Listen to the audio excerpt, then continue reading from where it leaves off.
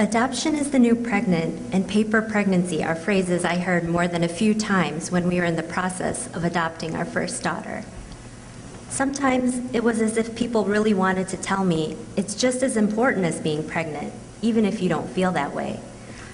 I couldn't deny there was a certain sense of loss in not being able to have a biological child and not being able to go through the physical bonding experience of carrying and birthing the baby you already loved so much. But as we began to find out more about adopting our baby girl from Korea, the more I realized that adoption, like so many things in motherhood, wasn't really about me. Really, it was about a child. It was about a round-eyed, fair-skinned, wispy-haired little baby girl who, out of no choice of her own, was suffering a loss.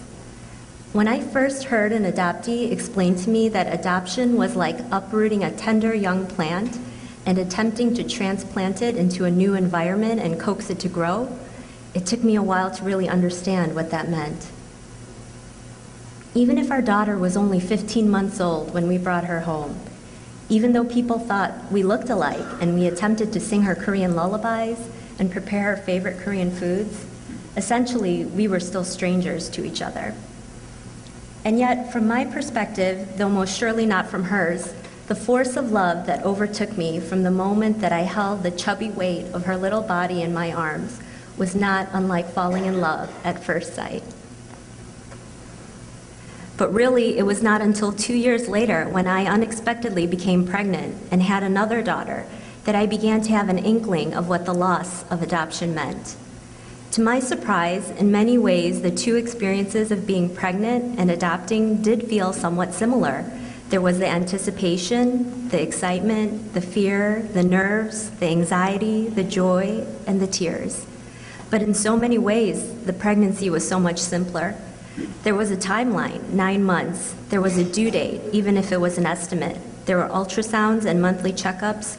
There were physical reassurances all along the way of the child that would be yours.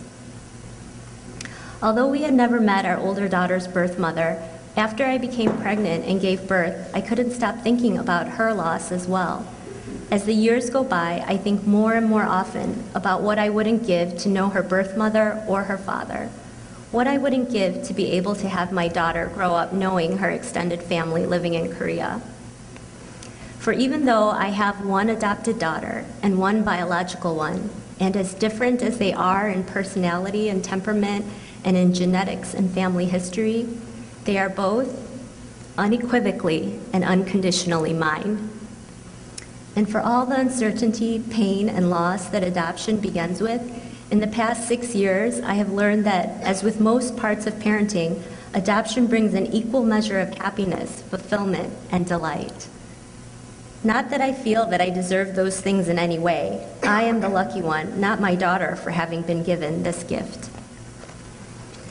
If a potential adoptive parent came to me wanting to adopt for all the right reasons, but only doubting whether they would be able to love an adopted child as much as they would love a biological one, I would say, do it, do it, do it, 1,000 times. You will never regret it.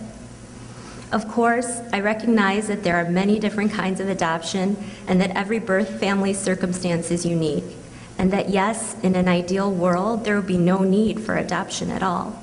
That every child would be able to grow up in their biological family or in their birth culture and country without fear or shame. But if I am going to be given the privilege of raising another person's child with their willing consent, I would be absolutely honored to say yes. So adoption may not be the new pregnant, but adoption did give me the opportunity to raise my beautiful 6-year-old daughter. And at the end of the day, in that moment when she is resting her head on mine, just before she falls asleep, that's all that really seems to matter.